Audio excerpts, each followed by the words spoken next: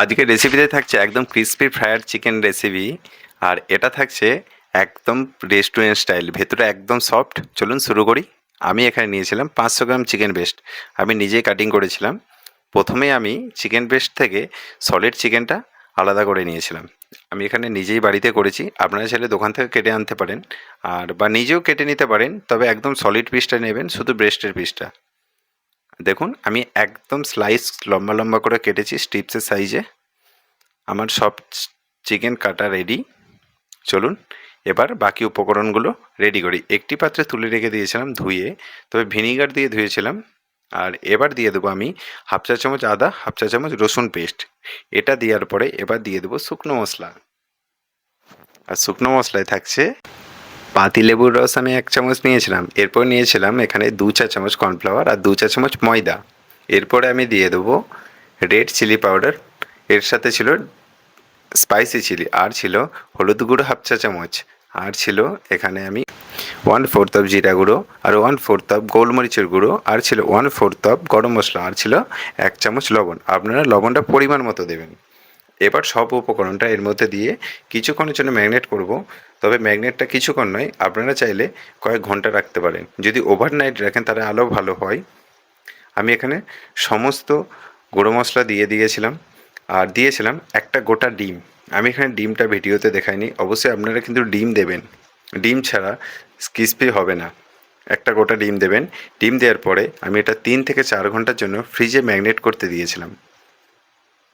চলুন এবার তাহলে ফ্রিজে রেখে দিই। আমি ফ্রিজে রেখে দিলাম। এবার সেই দিকে আমি ড্রাই মশলাটা রেডি করব। কোডিংয়ের জন্য আমি নিয়েছিলাম 2 কাপ মতো ময়দা, আর দিয়ে দেবো হাফ কাপ কর্নফ্লাওয়ার, আর এখানে দেবো আমি বেকিং পাউডার 1 চামচ, আর দেবো 1 চা চামচ জিরে গুঁড়ো, 1 চা চামচ বেকিং পাউডার, আর দিয়েছিলাম 1/4 হোয়াইট পেপার, আর দিয়েছিলাম 1 চামচ রেড চিলি পাউডার। আপনারা চাইলে পেপরিকা পাউডারও দিতে পারেন। আর আমি যে রেড চিলি পাউডারটা ইউজ করি সেটা আমি বাড়িতেই তৈরি করি, মানে বাড়িতে গুঁড়ো করি। আমি বাজার থেকে কিনে নিয়ে আসার পর বাড়িতে সেটা রেডি করি। আর এখানে দিয়েছিলাম অরিগেনো 1/4 টিস্পুন, আর দিয়েছিলাম 1/4 টিস্পুন সল্ট। আপনারা চাইলে লবণটা পরিমাণ মতো দেবেন, নিজের মতো দেবেন।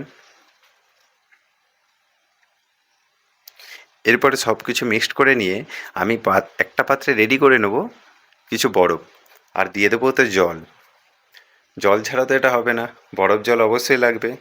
আর এইবার আমি চিকেন স্ট্রিপসের পিসগুলো ম্যাগনেট করে রাখার পরে একে একে ময়দার মধ্যে দিয়ে, আমার কিন্তু হাত এখানে কোনো চিকেনে টাচ হয়নি, শুধুমাত্র ময়দায় টাচ হচ্ছে।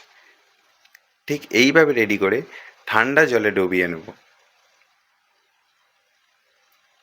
একদম ঠান্ডা জল থেকে তুলেই সঙ্গে সঙ্গে আবার ওই ময়দাতেই আপনারা ফেলে দিন। বাস, এবার চারিদিক থেকে ময়দাটা ছড়িয়ে আলতো আলতো করে প্রেস করবেন। তবে একদম জোরে চিপবেন না, তা চিকেনের গায়ে যেন আপনার হাত টাচ হয়, শুধুমাত্র ময়দায় টাচ হবে।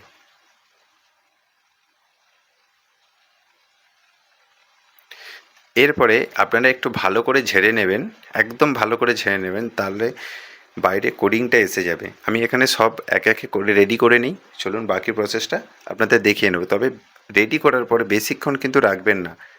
আমি এখানে রেখে দিয়েছিলাম, তাই সেই জন্যেই এর কোডিংটা একটু নষ্ট হয়ে গিয়েছিলো হালকা। তবে আপনারা কিন্তু বেশিক্ষণ রাখবেন না, দুটো কি একটা রেডি করবেন, সঙ্গে সঙ্গে ফ্রাই করে নেবেন।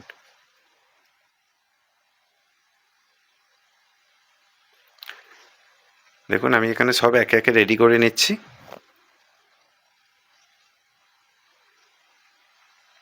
আর আপনারা ততক্ষণ আমার এই চ্যানেলটাকে একটু লাইক অ্যান্ড সাবস্ক্রাইব করুন, নাহলে আমি নতুন কিভাবে ভিডিও দেব। আপনার জন্যই তো আমরা ভিডিও বানাচ্ছি। অবশ্যই চ্যানেলটা লাইক অ্যান্ড সাবস্ক্রাইব করবেন, আর কমেন্ট অবশ্যই লিখে দেবেন এরপরে কী মেনু আপনারা দেখতে চান, আমি সেই মেনুই রান্না করে দেখাবো। আর একদম ঘরোয়া স্টাইলে, একদম আপনার বাড়ির উপকরণ দিয়ে বানাবো। আমি কোনো বাইরের জিনিস দিয়ে বানাবো না, বাড়িতে যা থাকবে সেটা দিয়ে বানিয়ে দেবো। দেখুন আমি এখানে রেডি করে নিয়েছিলাম, বাট এতগুলো আপনারা রেডি করবেন। এবার সাদা তেল একটা কড়াই গরম করে নিয়ে একটু বেশি পরিমাণে তেল দেবেন। তেলটা মিডিয়াম হিট হলেই এতে এক এক করে চিকেনগুলো দিয়ে দিন। চিকেন দেওয়ার পরেই এদিক ওদিক করে উল্টে নিয়ে ফ্রাই করবেন। একদম মিডিয়াম টু লো ফ্লেম রাখবেন, এর বেশি হিট দেবেন না, খুব বেশি হিট দেবেন না, ধীরে ধীরে ভাজবেন। 7 থেকে 8 মিনিট ভাজা হয়ে গেলেই আপনার চিকেনটা কিন্তু রেডি হয়ে যাবে। তাই বলছি বেশি হিট দেবে না। দেখুন আমার 2 থেকে 3 মিনিট পরেই একদম কালার খুব সুন্দর এসেছে। এখন সম্পূর্ণ রেডি, ফ্রাই ভাজা রেডি। এদিক ওদিক উল্টে নেবেন।